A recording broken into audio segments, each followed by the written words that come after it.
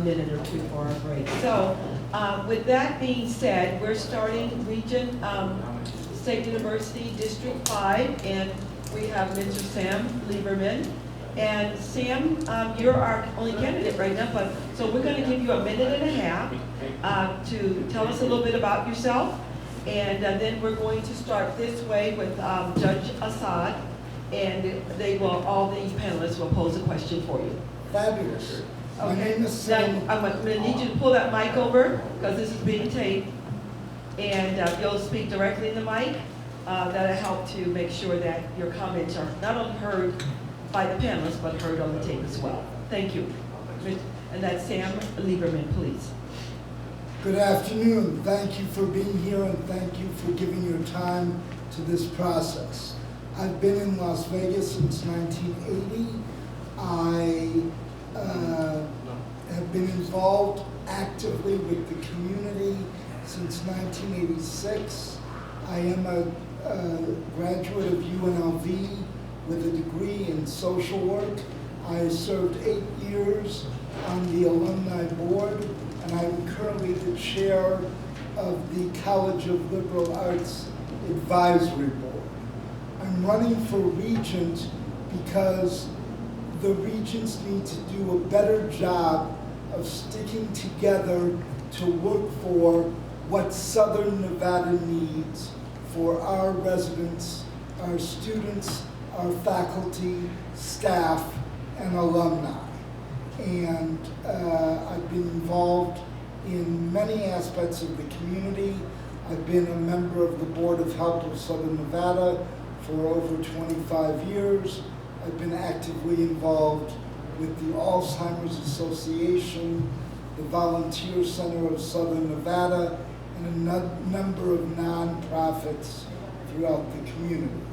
So I'm very open to questions, and I do have an opponent, but he doesn't show up on a regular basis. So here we are.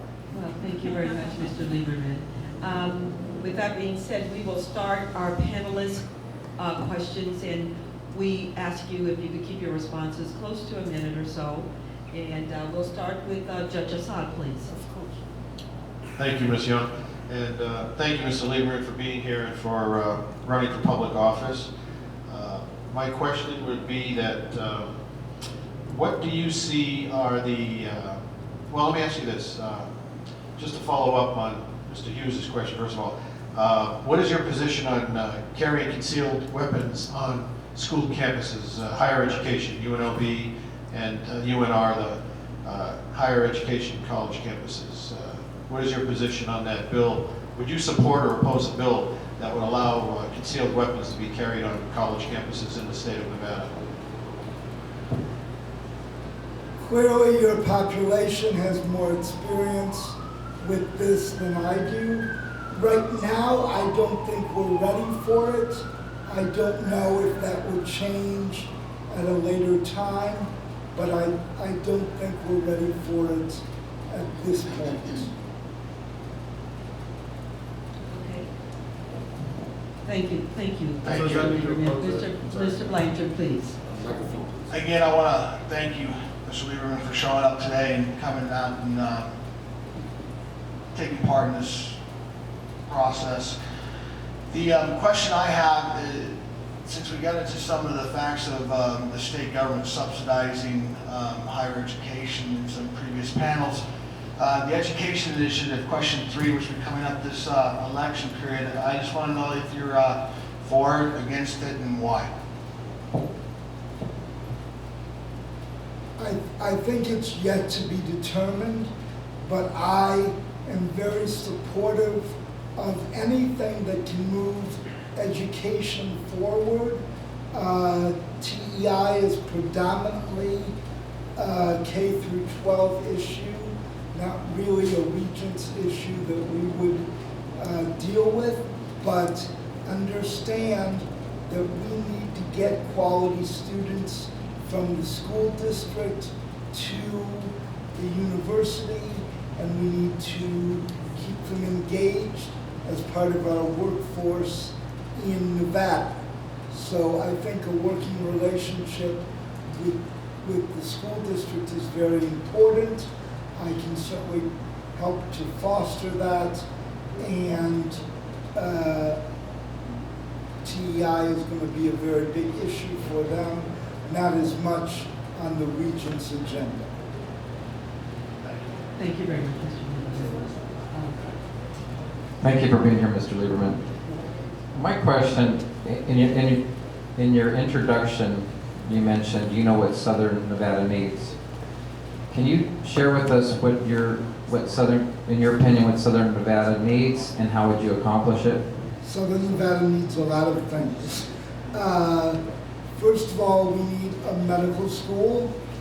That is not my only priority. That is one of our priorities. We need to be accessible for veterans who come back from service to re-enter the education,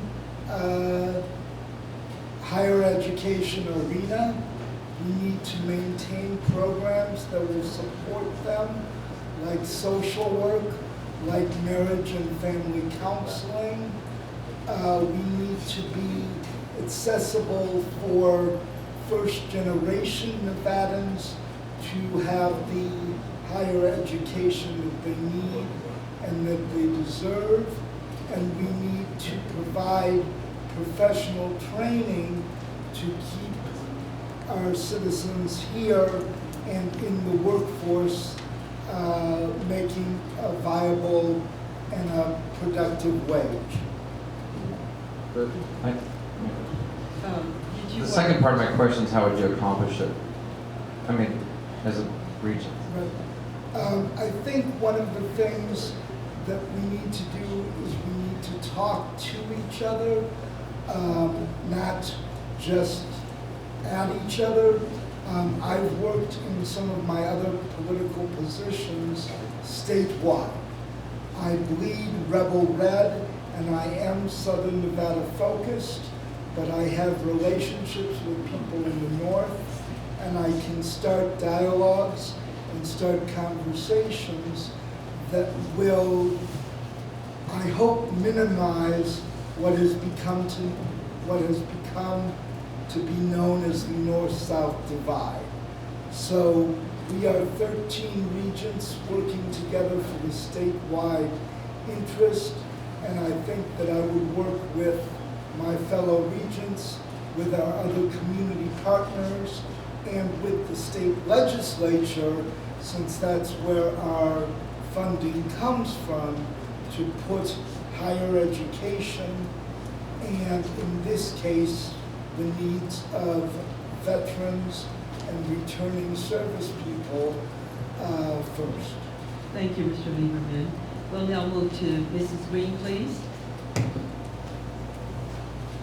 Hi, Mr. Lieberman. Hello. So I was reading a little bit about your bio, and I see that you're involved in a lot of nonprofits that deal with disabilities, Alzheimer's Association, and Help and Cut, to name a couple. And my question to you is, how, I know that you said that K-12 isn't necessarily on the agenda of being a state region, but it kind of does spill over once you reach that position because you're receiving these children in your universities. So how do you accomplish your mission to make the universities accessible to Nevadans of all backgrounds, even dealing with cognitive and intellectual challenges? How do you tailor our universities to accommodate people in these situations? Especially since in my personal experience with our public school district, I've had challenges with the current, I guess, setup. One of the organizations that I have not previously mentioned is Nevada PEP, Nevada Parents Encouraging Parents, and I'm the chairman of that board and have been for a number of years. Their mission and their goal is to help parents of kids living with disabilities advocate with the school system and get what they need for their child. I think that we need to do that for higher ed as well. higher ed must be accessible to everyone. That includes persons with physical and emotional disabilities. That includes first generation. That includes a wide array of diverse populations, which we need to focus on, and we have not done well in the past. Thank you very much, Mr. Lieberman. Mr. Fox, please. Thank you. I'd like to touch on your comment about supporting veterans, returning veterans that are trying to get back into higher education. One of the problems we have after serving a career, oftentimes in the military, is that we receive a lot of unconventional training, a lot of education through on-the-job services, experiences, and the military hands us a transcript at the end of it that says, take this to your college and you'll get college credits. And that's not always the case. A lot of those credits don't necessarily transfer over to conventional classes. So a lot of military schools, a lot of military towns around the United States have recently started issuing credits and even degrees to their military members, returning veterans, for the service, for the education, for the experience that they've held, that don't necessarily, again, transfer to an associate's or a bachelor's in your conventional education model.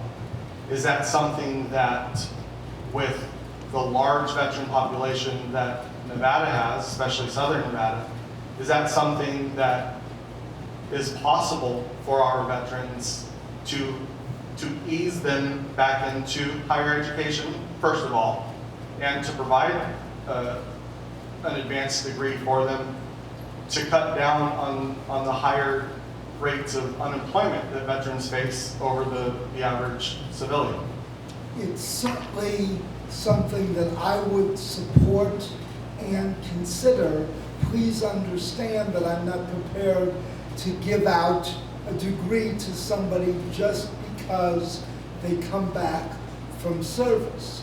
But service involves a huge amount of life experience that is vital and is in many ways equal to and exceeds classroom experience. Just like we have web education now, and that is a big big element.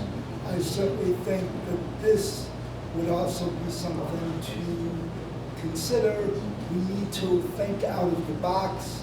We need to look at something called multidisciplinary degrees, which are done not just based on classroom experience, but are based in other scenarios on internships and other, real life experience. And I certainly think it could apply to the veterans population when they return from service. Thank you. But on the other hand, I don't want to go on record saying that I think that every veteran deserves an automatic degree, because I think it's Thank you, not Mr. that clear Lieberman. cut. Thank you. We're now moving to Mr. Broadway, please. We have a few more minutes left, please. Hello. Can you hear me? There we go. All right. My question is, you are opposed to campus carry. I would like to know why, in regards to the fact that a person is trained through concealed weapons permit training, tested, certified, background check, etc. And I feel that you labeled a safe zone in a college campus, and the criminals are going to run over there going, hey, everybody in here but me is unarmed. Can you please explain on that? Okay. I'm not against it.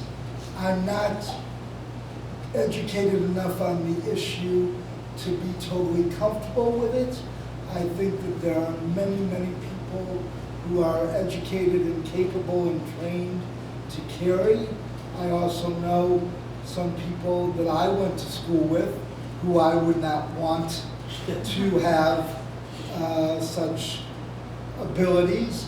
I don't personally think that I would be a good candidate to carry a gun in my own situation.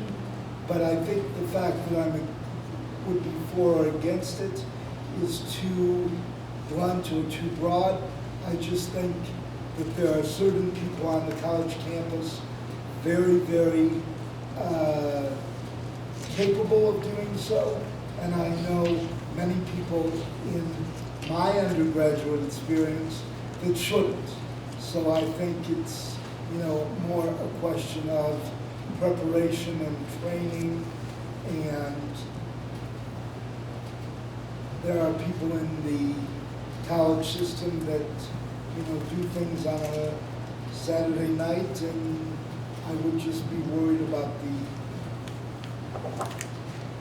possible infringements of that. Thank you very much, Mr. Lieberman. We now go with Mr. Hughes, please. How much time do we have left?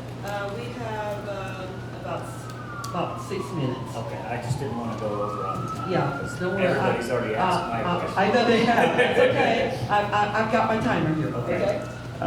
Hello, Mr. Lieberman. Hello. I'm Greg Hughes. Back in 2012, I ran for State Senate District 1. And back when I was doing that, there was something came out in the newspaper about one of the guys from Amazon or whatever. He said that he was going to give people coming out of high school like $5,000 to not go to college, because he said that 90% of the jobs out there were not requiring a college education.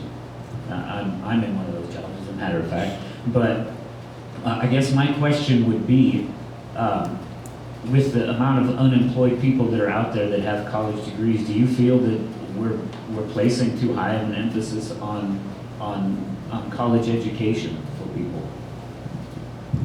No. I understand that there's going to be a part of the workforce that does not have a college degree, and hopefully a large part of the workforce that does. But I would never encourage somebody not to have some level of higher education, whether it's the universities, whether it's the community colleges, whether it's Nevada State. I think to continue to grow academically and intellectually is very, very important.